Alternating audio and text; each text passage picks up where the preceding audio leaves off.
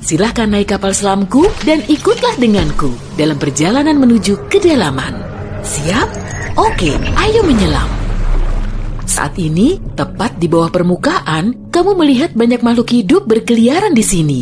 Banyak sekali ikan dan hewan laut, serta halo, orang-orang yang sedang berenang melambaikan tangan ke kita. Tapi kita tak akan berlama-lama di sini. Dadah!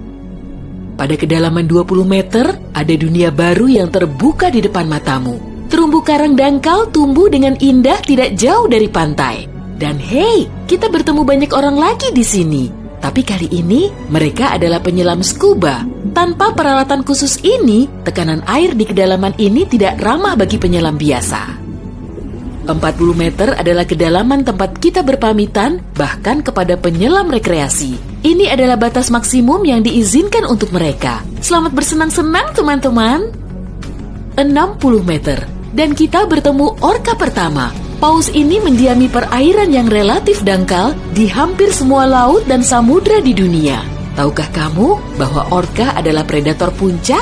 Artinya, orka tidak punya musuh alami dan tidak ada yang bisa mengalahkannya. Pada kedalaman 70 meter, kita bertemu dengan hiu paus, spesies ikan terbesar yang diketahui dunia dengan berat mencapai 60 ton. Umurnya pun lumayan panjang, semoga panjang umur selalu ya. Hiu paus bisa hidup sampai sekitar 130 tahun. Sekarang, lihatlah keluar. Jika kamu melihat penyelam scuba, artinya dia adalah seorang profesional. Karena pada kedalaman 100 meter, mereka harus sangat berhati-hati agar tidak terkena penyakit dekompresi. Penyakit ini terjadi jika kamu naik terlalu cepat ke permukaan. Dan jika beruntung, kamu juga bisa melihat gurita Pasifik raksasa. Dia tinggal di perairan dingin mulai sedalam ini dan sampai kedalaman 2000 meter. Sekarang, kita memasuki bagian samudra yang gelap. Pada kedalaman 150 meter, hanya 1% cahaya dari permukaan yang sampai ke sini. Sisanya diserap oleh air. Segala sesuatu yang lebih dalam dari sini akan menjadi semakin gelap. Hei, lihat! Pada kedalaman 200 meter, ada oarfish raksasa yang mengitari kapal selam kita. Makhluk ini diyakini sebagai penyebab dari semua penampakan ular laut. Dan banyak yang salah kaprah. Terkadang, mereka berenang ke permukaan dan menakuti para pelaut dan perenang. Tidak heran, panjang ikan ini bisa sampai 11 meter. Pastinya cukup untuk membuat bulu kuduku berdiri. Oke, sekarang kita berada di kedalaman 300 meter. Dan sebentar, makhluk besar apa yang ada di luar sana itu? Oh, aku tahu. Itu kepiting laba-laba Jepang. Kamu bingung kenapa laba-laba? Tuh, lihat saja kaki mereka. Dan jawabannya akan datang kepadamu tanpa butuh petunjuk lain. Omong-omong, kaki-kaki ini juga yang mendominasi ukuran makhluk ini. Tubuh kepiting seperti ini biasanya hanya selebar setengah meter. Mari masuk lebih dalam. Dan di kedalaman 500 meter, kamu akan melihat paus biru terakhir. Tidak, bukan paus biru terakhir di dunia. Maksudku, ini adalah jarak terdalam yang bisa mereka tempuh. Paus biru tidak benar-benar perlu menyelam sampai sedalam ini untuk mencari makanan yang sudah berlimpah di perairan dangkal. Tapi mereka masih mampu. Sepertinya mereka hanya ingin memamerkan kehebatan. Mau bagaimanapun, mereka adalah makhluk terbesar dalam sejarah bumi, baik di samudra maupun di darat. Shh, kamu mendengar ini? Ini adalah suara yang dibuat paus sirip untuk berkomunikasi dengan teman-temannya dari jarak berkilo-kilometer. Mereka bisa melakukan ini berkat saluran shofar atau saluran laut dalam yang umumnya dimulai dari 600 meter, tapi kedalamannya dapat bervariasi. Ini adalah lapisan air yang kecepatan suaranya paling rendah dan gelombang suara dapat bergerak ribuan kilometer sebelum menghilang. Pada kedalaman 830 meter, kita telah mencapai titik tempat Burj Khalifa, gedung tertinggi di dunia. Tidak akan mungkin menunjukkan ujungnya ke permukaan jika diletakkan di bawah air. Hei, ayo kita coba. Sekarang kita memasuki bagian samudra yang sangat menarik. Di sini tidak ada sinar matahari dan banyak makhluk aneh berkeliaran. Salah satunya adalah cumi-cumi raksasa. Ya, yang luar biasa besar itu. Dia mendiami kedalaman 900 meter. Bayangkan makhluk dengan mata sebesar frisbee. Paus sperma memburu monster ini, tapi mereka dijamin mampu melawan balik. Melihat mereka bertemu adalah pemandangan yang menegangkan. Dan disinilah kegelapan pekat akhirnya menyelimuti kita. Zona tengah malam. Tekanan di sini sangat besar, sehingga jika kamu entah bagaimana bisa sampai ke sini tanpa kapal selam, kamu akan hancur dalam beberapa detik. Dan lebih malangnya lagi, tanpa melihat apapun, pasti tidak mau kan? Kembali ke topik.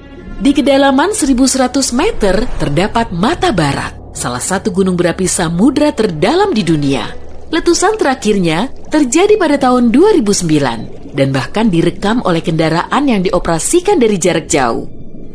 Di kedalaman 1280 meter, kita melihat hiu putih besar yang ganas. Predator ulung ini adalah jagoan di kedalaman ini.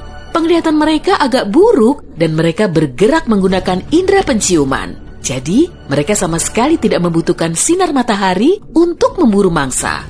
Aku tidak melihatmu, tapi tetap akan memakanmu.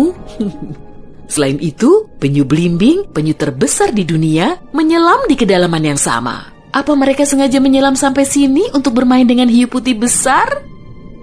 Wah, lihat jala-jala besar itu. Kita sekarang berada di kedalaman 1500 meter, tempat metode penangkapan ikan bernama menangkap semua digunakan. Jala di sini akan diseret di sepanjang dasar samudra, menangkap apa saja yang kurang beruntung di sana. Mengenai seberapa merugikannya metode ini bagi kehidupan samudra, biar kamu sendiri yang menilai. Pada kedalaman 1830 meter, jika berada di Grand Canyon, kita akan duduk di titik terendah dan terdalamnya. Bayangkan semua curug di sana terisi penuh oleh air, maka seperti itulah pemandangan di sini. Nah, jika kita benar-benar berhati-hati, pada kedalaman 2000 meter, kita akan melihat ikan naga hitam. Makhluk yang bagaikan muncul dari mimpi buruk ini tinggal di bagian samudra yang dalam dan gelap. Dan percayalah padaku, lebih baik dia tetap di sana. Bentuknya mirip makhluk dari film horor dan aku lebih suka jika kita tidak berpapasan dengannya di permukaan. Pada kedalaman 2250 meter, kita harus berpamitan dengan paus sperma. Ini adalah titik terdalam yang bisa mereka selami. Dan mereka memang tidak punya urusan untuk menyelam lebih dalam lagi. Mungkin kalau mereka berburu ikan naga hitam, atau justru mereka yang diburu. Mustahil, perbedaan ukuran mereka terlalu besar. Panjang paus sperma bisa mencapai 19 meter, yang menjadikannya paus bergigi terbesar di dunia. Tidak banyak makhluk laut bisa melawannya. Semoga kapal selam kita punya lampu sorot yang kuat ya, karena tanpanya kita tidak akan bisa melihat keindahan terumbu karang samudra dalam yang super indah di kedalaman 3000 meter. Terumbu karang ini dapat ditemukan di setiap samudra dan sayangnya tidak bisa dilihat tanpa peralatan khusus untuk menyelam di samudra dalam. Oke, mari terus melangkah lebih dalam. Dan di kedalaman 3700 meter, kita mencapai kedalaman rata-rata samudra dunia. Mulai sekarang, perjalanan menuju kedalaman yang sebenarnya dimulai. Dasar samudra rata-rata telah kita lewati, jadi sekarang saatnya menyelami celah terdalam. Pada kedalaman 4.500 meter, monster dari mimpi buruk terburukmu muncul di sini. Anglerfish misalnya, akan membuat siapapun bergidik ngeri. Giginya yang panjang dan bengkok, serta antena di kepalanya untuk memikat mangsa, sudah cukup untuk menimbulkan rasa takut, bahkan di hati orang-orang yang paling berani. Tapi yang lebih mengerikan, mungkin adalah makhluk yang disebut swallower hitam. Itu adalah monster mirip belut yang memiliki perut super elastis dan mampu menelan mangsa yang ukurannya 2 kali lipat. Lihatlah ke bawah, dan kamu akan melihat bangkai kapal terdalam yang pernah ditemukan. SS Rio Grande di Atlantik Selatan yang tenggelam pada tahun 1941 dan mencapai kedalaman 5.760 meter. Tidak heran, kapal ini baru ditemukan 55 tahun kemudian. Sekarang, bagian samudra terdalam dan tergelap dimulai. Kita menyelam ke Palung Mariana. Menurut pengukuran resminya, Palung Mariana dimulai pada kedalaman sekitar 6.000 meter. Ini adalah area yang paling jarang dieksplorasi dan paling menarik bagi para ilmuwan dan petualang.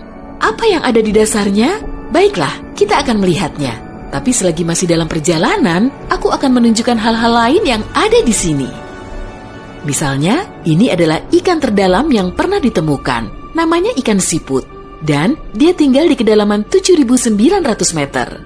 Tubuhnya tembus cahaya, sehingga kamu bisa melihat menembus kulitnya.